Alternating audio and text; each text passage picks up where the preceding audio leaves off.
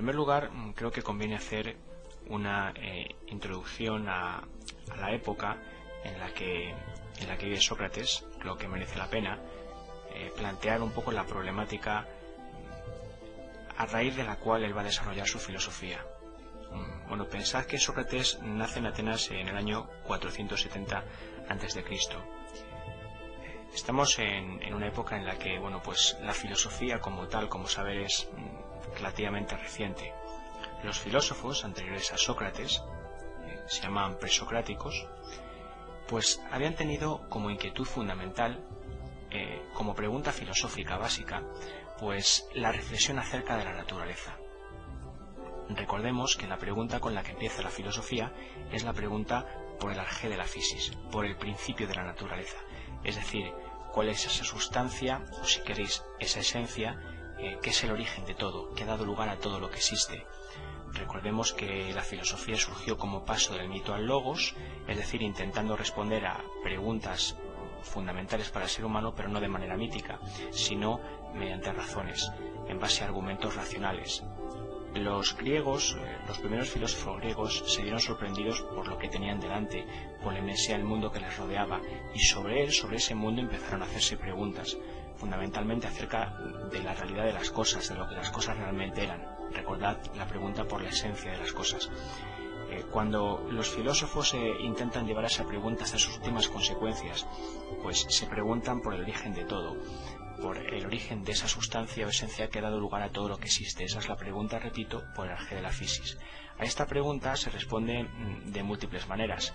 Quiero decir que cada filósofo dio la respuesta que entendió más oportuna. Por ejemplo, pues Tales de Mileto dijo que el arjé de la physis era el agua, Anaxímenes dijo que el aire, Anaximandro dijo que el apeiron, los pitagóricos dijeron que los números, Empédocles habló de 4 elementos, aire, agua, tierra y fuego, que se mezclaban. Bueno, lo importante de esto es que la respuesta ya era una respuesta, las respuestas no eran respuestas basadas en mitos, sino respuestas fundamentalmente basadas en razones, en argumentos.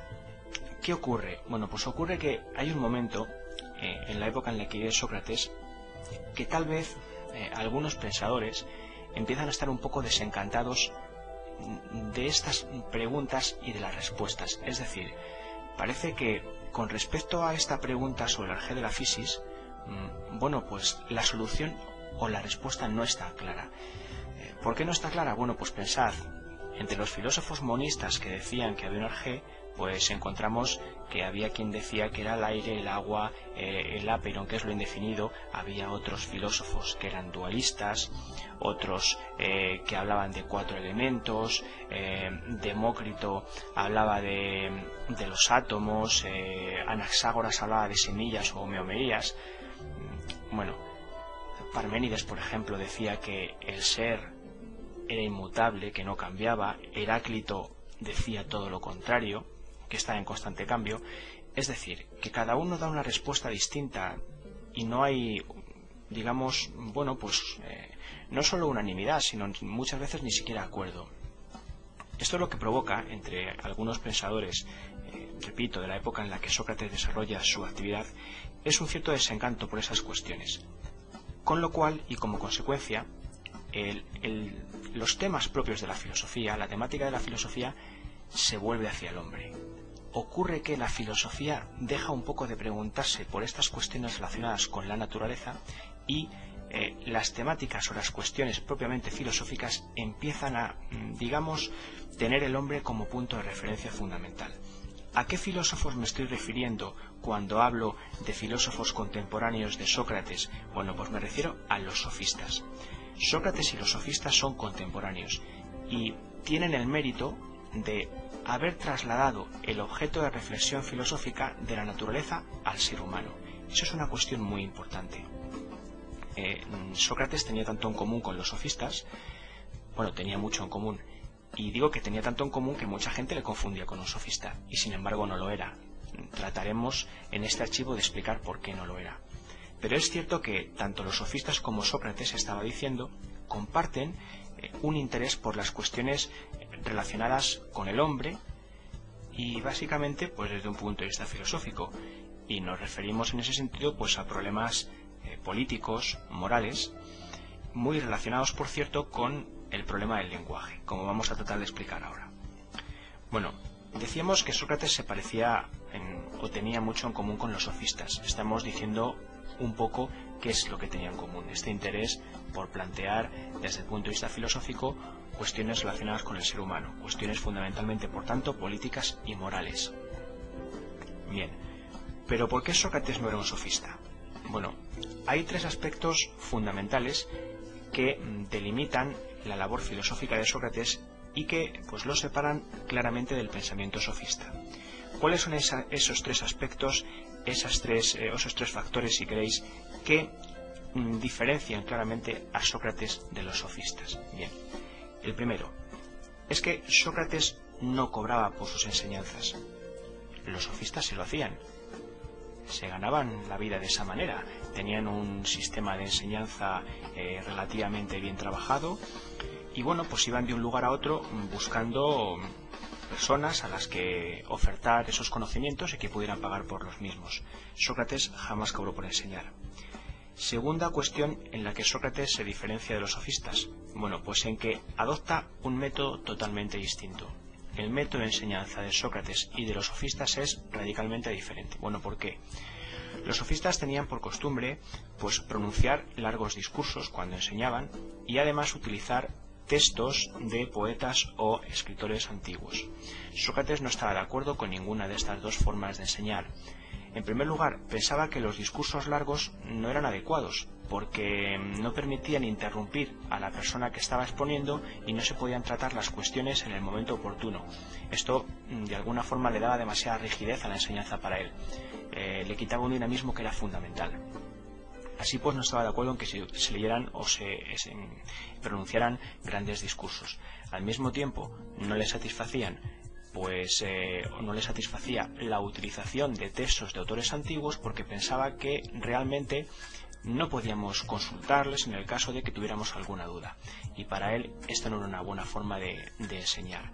Sócrates pensaba que la mejor forma de enseñar era el diálogo. El diálogo constante entre maestro y discípulo.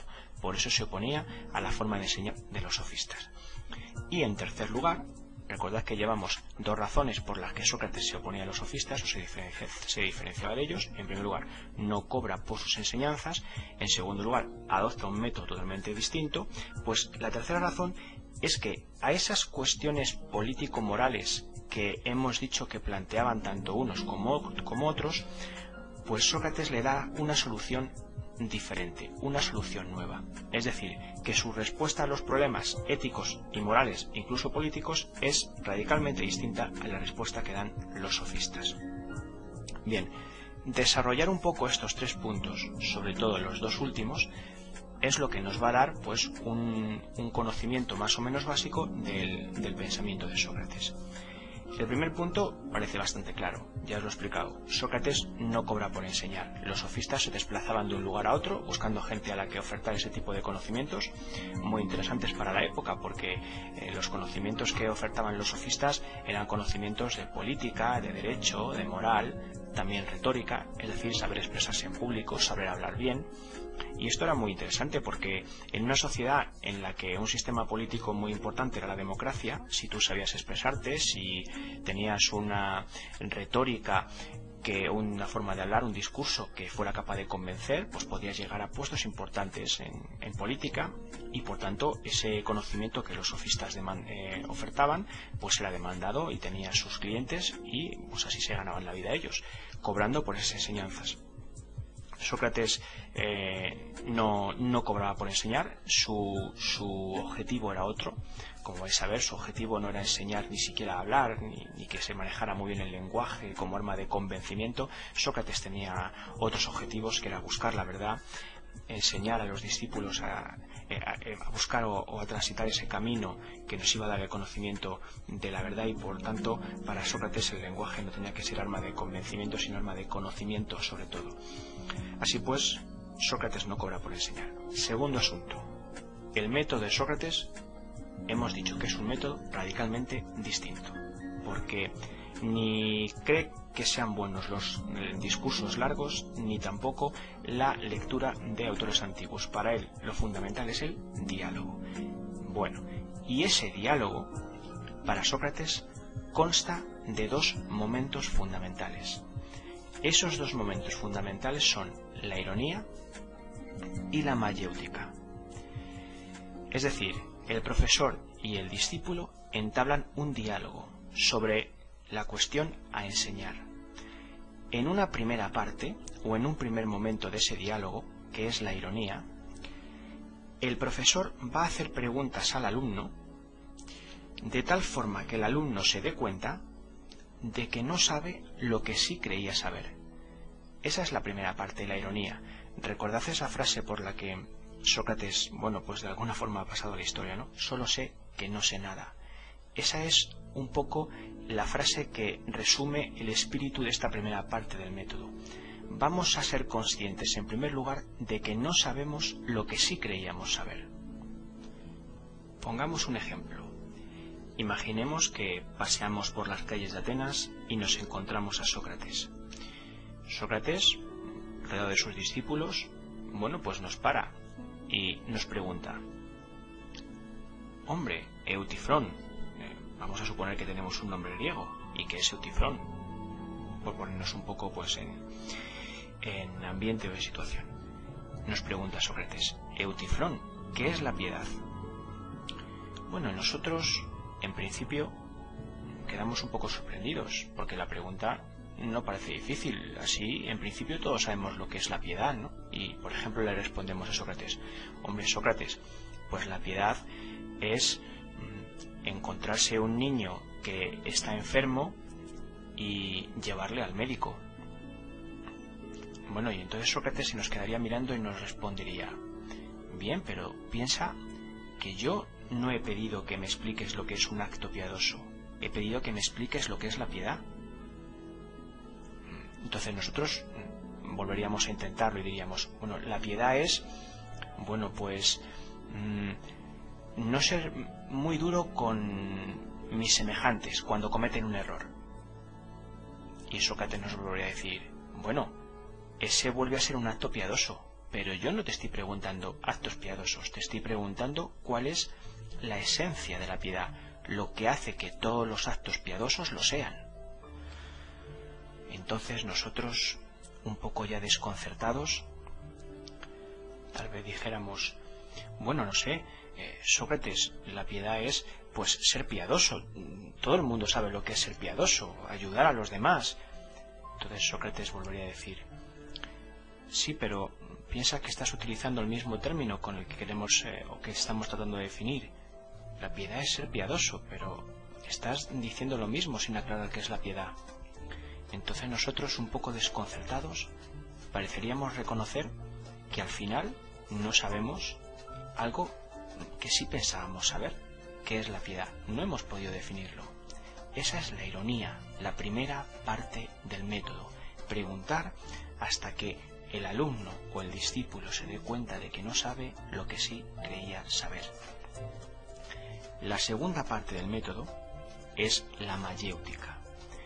La mayéutica consistía en hacer preguntas al alumno, seguir haciendo preguntas, pero de tal forma que éste encuentre ahora la respuesta a las preguntas que estamos buscando. Es como sacar de dentro lo que el alumno tiene, ayudarle a sacar de dentro lo que tiene, esa respuesta. Sócrates decía que su arte era un poco como el de su madre.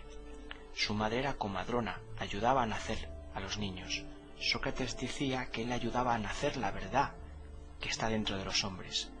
La segunda parte del método es esto, la mayéutica. Vamos a preguntar al alumno de tal forma que, guiándole con nuestras preguntas, seamos capaces de conseguir que él saque de dentro la solución al problema que estamos buscando. Así pues, con esto completamos las dos partes del método, la ironía y la mayéutica. Repito, ironía, vamos a preguntar hasta que el alumno se dé cuenta de que no sabe lo que sí creía saber. Y dos, mayéutica, vamos a seguir preguntando hasta que el alumno sea capaz de sacar de dentro o encontrar dentro de sí la respuesta a las preguntas en cuestión. Vamos a preguntar hasta que el alumno se dé cuenta de que no sabe lo que sí creía saber. Y 2, mayéutica. Vamos a seguir preguntando hasta que el alumno sea capaz de sacar de dentro o encontrar dentro de sí la respuesta a las preguntas en cuestión. Dicho esto, quedaría entonces más o menos explicado el segundo punto, en el cual Sócrates se diferencia de los sofistas. Primero, no cobra por enseñar. Segundo, su método es radicalmente distinto porque usa el diálogo, un diálogo que se compone de 2 momentos, la ironía y la mayéutica. Vamos al tercer asunto. Sócrates se diferenciaba también de los sofistas porque aportaba a los problemas ético-morales soluciones radicalmente distintas. Vamos a intentar explicar este tercer punto en apartados que nos permitan alcanzar con más comodidad y claridad las ideas básicas.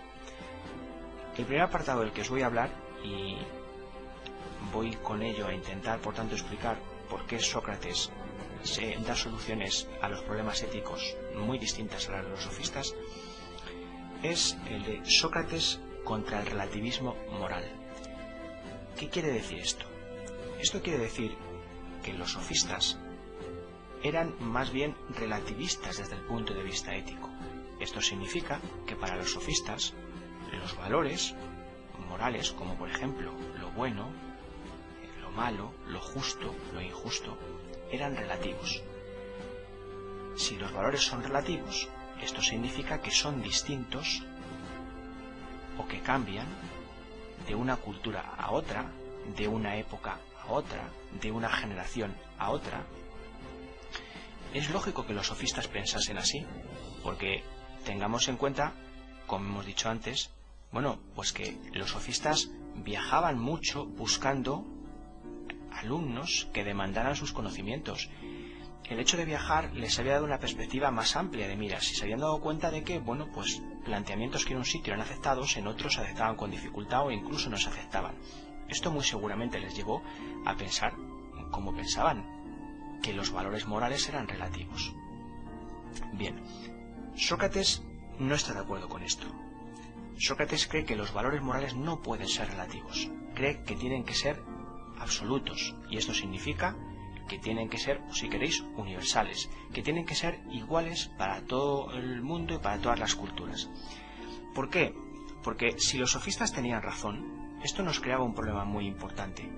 El problema, entre otros, que surgiría es que a lo mejor la comunicación y el entendimiento entre los hombres sería imposible.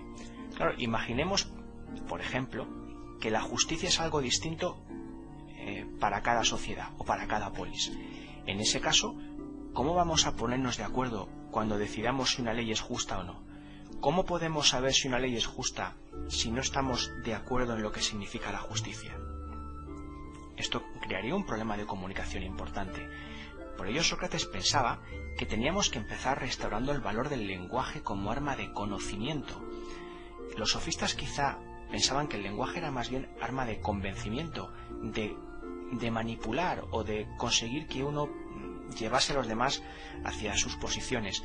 Para Sócrates es un filósofo, no un sofista. Un filósofo significa que es un buscador de la verdad, un amante de la verdad, de la sabiduría. Entonces pensaba que el lenguaje tiene que servir como arma de conocimiento.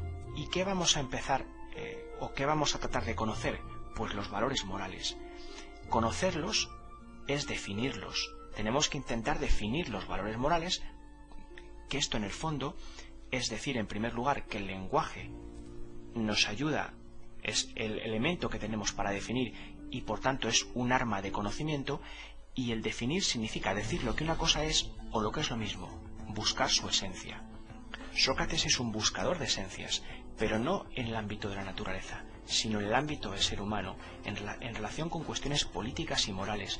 Sócrates quiere utilizar el lenguaje para definir la justicia, para definir la bondad, si queréis, para definir la virtud. Pero definir esas cosas es decir lo que son, y eso en filosofía se llama buscar las esencias. De esta manera conseguiremos comunicarnos en primer lugar, y podremos estar de acuerdo o discutir si una ley es justa o no, porque antes estamos de acuerdo en lo que es la justicia. Así que, primera gran idea, si los sofistas eran relativistas desde el punto de vista ético, Sócrates no lo es. Piensa que los valores morales son universales y que hay que tratar de definirlos, buscar la esencia de esos valores, y para ello el lenguaje es nuestra arma fundamental, lenguaje que es un arma de conocimiento. Así pues, Sócrates contra el relativismo de los sofistas. Bueno, hasta aquí una primera idea muy importante. Vamos ahora con otra idea esencial para entender la filosofía de Sócrates. Esta segunda idea es el intelectualismo moral. Bien, para explicar el intelectualismo moral vamos a decir algo. Recordad que, según Sócrates, es muy importante definir los conceptos morales o los valores morales. En primer lugar, para que la comunicación sea posible y para poder dialogar y para poder llegar a acuerdos racionales sobre estos temas. Pero, en segundo lugar, Sócrates pensaba que era esencial definir estos conceptos o valores morales porque solamente conociendo lo que son podremos ponerlos en práctica. Es decir, solo quien sabe lo que es la justicia puede ser justo, solo quien sabe lo que es la bondad puede ser bondadoso. En definitiva, solo quien sabe lo que es la virtud puede ser virtuoso.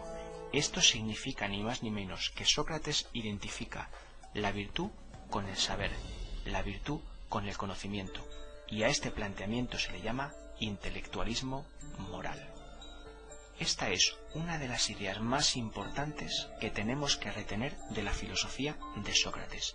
Intelectualismo moral, que significa que vamos a identificar la virtud con el saber. Solo quien sabe lo que es la virtud puede ser virtuoso. Así pues, fijaros la importancia que para Sócrates tiene el conocimiento, y en concreto el conocimiento de la virtud. Solo conociendo la virtud se puede poner en práctica. Pongamos ejemplos particulares, como os he dicho antes. Solo quien sabe lo que es la justicia puede ser justo. Claro que si nosotros no somos meramente receptivos y nos ponemos a pensar un poco en esto que nos dice Sócrates, pues no podemos por menos de sorprendernos. Porque claro, nosotros estamos muy acostumbrados a ver personas que no tienen estudios y que sin embargo son buenas personas, son justas, podríamos decir. Al mismo tiempo estamos acostumbrados a ver gente inteligente, gente que tiene estudios, y bueno, hay algunos de ellos que pues son mala gente o son malas personas o tienen ideas muy malas. ¿Cómo puede ser entonces esto que dice Sócrates, que la virtud y el saber se identifican? Bueno, para ahondar más en esta cuestión, tal vez debamos hablar, aunque sea brevemente, de la clasificación del saber para los griegos. Los griegos distinguían dos tipos generales de saber o de conocimiento: el teórico y el práctico. El saber teórico o teorético significa, bueno, pues eso, la contemplación. Es un conocimiento meramente contemplativo, teórico, si queréis. Ponerse a reflexionar sobre cuestiones, bueno, pues intelectuales profundas o sobre conocimientos matemáticos o sobre física. Bien, esta sería la idea. Pero el conocimiento práctico, que es un conocimiento que tiene que ver con la acción, no con la mera contemplación, el conocimiento práctico, que es un conocimiento, repito, que tiene que ver con la acción, bueno, pues constaba a su vez de dos tipos o de dos saberes dentro de él, que sería el conocimiento técnico, encaminado a producir objetos o a hacer cosas, en griego poiesis, y el conocimiento político-moral, que es el que regulaba la conducta, praxis. Así pues, dentro del saber práctico vamos a distinguir entre conocimientos técnicos, o poiesis, que es el encaminado a hacer cosas, a fabricar objetos, y el conocimiento político-moral, que es praxis, el que regula la conducta. De estos dos bueno, pues saberes, fundamentalmente de estos dos saberes de tipo práctico, el técnico y el político, resulta que Sócrates tomó como modelo el saber técnico para su teoría del saber moral. ¿Esto qué significa? Bueno, pues vamos a poner un ejemplo. Tomemos como punto de referencia una profesión de tipo técnico, bueno, pues conocida por todos. Por ejemplo, pues ser pastelero. Bien, un pastelero será aquel que hace pasteles, pero que además los hace bien. Es decir, que sabe qué es un pastel y además qué ingredientes lleva, cómo se mezclan, cómo se cocinan. Bueno, pues análogamente, preguntémonos ahora. Si Sócrates tomó como modelo el saber técnico para su teoría sobre el saber moral, ahora nos preguntamos, ¿vale? ¿Quién es el hombre justo?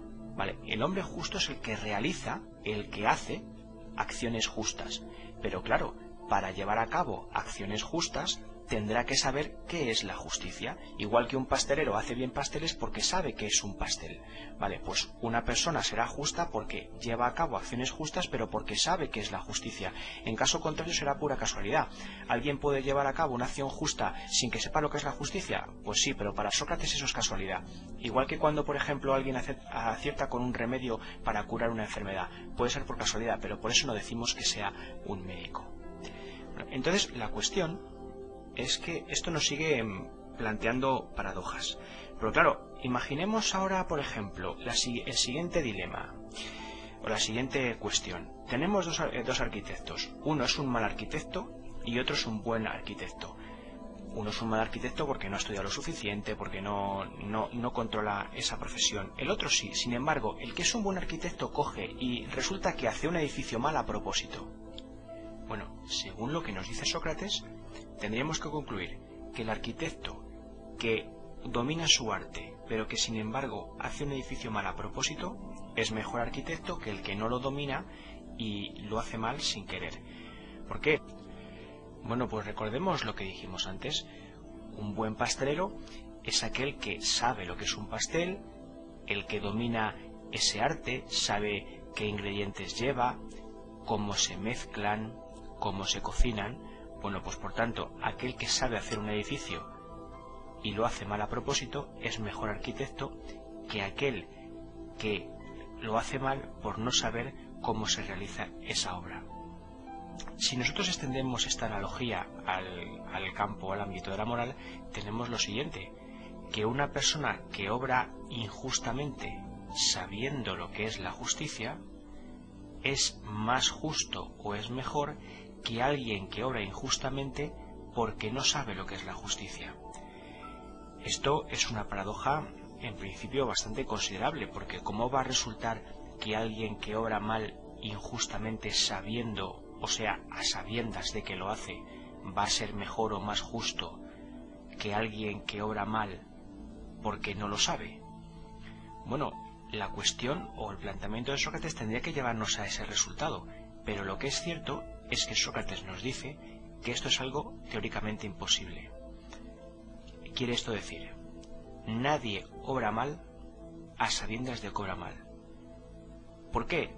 Pues porque el conocimiento de la virtud para Sócrates es condición no solo necesaria, sino también suficiente para obrar correctamente, para tener una conducta virtuosa. Es decir, si tú sabes lo que es la virtud, tu comportamiento será necesariamente virtuoso. Le podríamos plantear a Sócrates, ¿qué pasa o qué ocurre si alguien obra mal intencionadamente, sabiendo que obra mal? Sócrates nos diría, ese caso no puede darse. Aunque él piense que sabe lo que está haciendo, que sabe que obra mal intencionadamente, en el fondo no lo sabe, porque en ese caso, si él lo supiera, no podría haber obrado mal. Da la impresión de que aquí Sócrates está viendo un poco más lejos de lo que en principio pudiéramos pensar, o un poco más lejos de lo que los demás solemos ver. ¿Qué quiero decir con esto? Bueno, muchas veces podemos pensar que hay alguien que obra mal y que sabe que lo hace, y es consciente plenamente, y lo hace por interés, pero daría la impresión de que Sócrates está dando un paso más, o está mirando más lejos y está diciendo, sí, pero si en el fondo fuera consciente de lo que hace, a la larga se daría cuenta de que se perjudica. Y por tanto, si está tomando esa decisión es porque no es consciente del todo de lo que está haciendo. Por ejemplo, imaginemos el caso de un tirano o de un poderoso. que oprime al pueblo o que os enriquece abusando de los demás solamente por interés. En principio, parece que sabe lo que hace y que lo hace porque le interesa.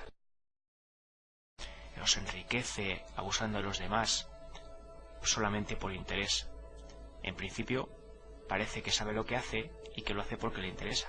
Pero Sócrates diría: a la larga, cuando el tiempo pase, cuando el poder se le escape de las manos, cuando la riqueza ya no le sirva para nada, cuando la fugacidad de la vida le ponga en su sitio, lo único que podrá hacer es arrepentirse. No le quedará nada, ni el propio respeto por sí mismo.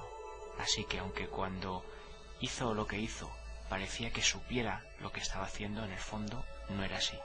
Es como mirar un poco más lejos y no quedarse en la primera mirada, en el primer planteamiento, sino dar un paso más.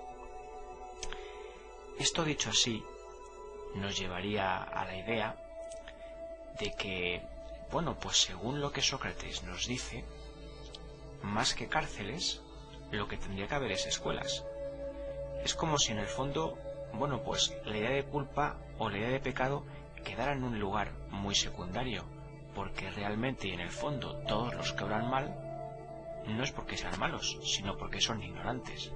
Entonces, por encima de todo, lo que tenemos que hacer es educar, más que encarcelar a la gente. No olvidéis, las personas que obran mal lo hacen por ignorancia, ya que el que conoce la virtud siempre obrará bien. Bueno, este es el planteamiento del intelectualismo moral. Hemos hablado mucho de las paradojas a las que lleva este planteamiento, pero bueno, a mí me gustaría que nos quedásemos con la idea fundamental, y es que según el intelectualismo moral de Sócrates, la virtud y el saber se identifican. Por eso era necesario definir los términos morales. ¿Os acordáis cuando empezamos a hablar del intelectualismo moral? Era necesario definir los términos morales porque si queremos entendernos tenemos todos que estar de acuerdo en lo que es la justicia, en lo que es la bondad, etc. Pero también es muy importante porque solo sabiendo lo que es la justicia se puede ser justo, solo sabiendo lo que es el bien se puede ser bondadoso, solo sabiendo en definitiva y en general lo que es la virtud se puede ser virtuoso. Esta identificación de virtud con saber o con conocimiento es lo que se llama intelectualismo moral. Hemos hablado, si es verdad, repito, de las paradojas, de que bueno, pues parecería que el que hace mal a sabiendas es mejor que el que no lo hace a sabiendas, y luego hemos dicho que según Sócrates esto es imposible porque nadie obra mal a propósito. Si tú obras mal es que estás equivocado, es que eres ignorante. Si supieras realmente lo que haces siempre obrarías bien. Pero independientemente de las paradojas de las que hemos hablado, por favor, idea fundamental: intelectualismo moral se identifica la virtud con el saber, la virtud con el conocimiento. Bueno, y prácticamente así llegamos al último punto del planteamiento moral de Sócrates, que es la identificación también entre virtud y felicidad. O si queréis, afirmar que la única forma de ser feliz es ser virtuoso.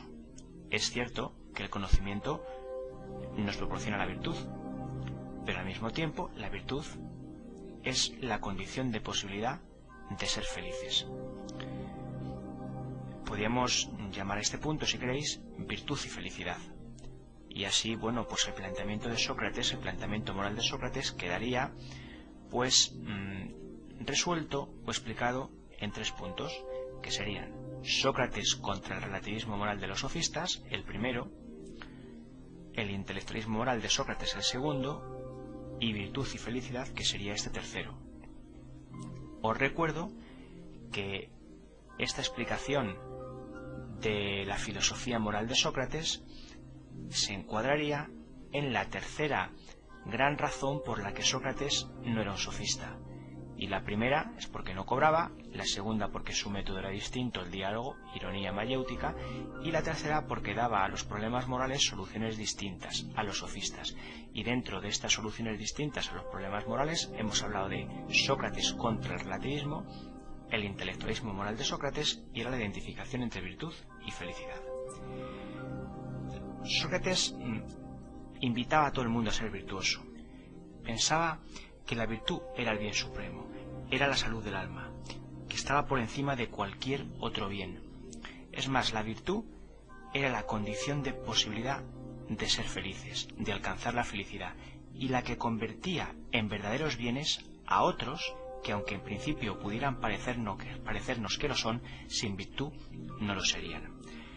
En la Apología de Sócrates, Platón, seguramente escribiendo palabras que su propio maestro Sócrates dijo, escribe lo siguiente: «Te equivocas, amigo, si crees que un hombre, a poco que valga, ha de tomar en consideración el peligro de vivir o morir.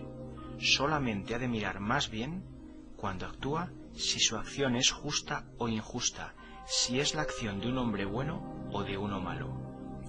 Fijaros qué palabras de Sócrates.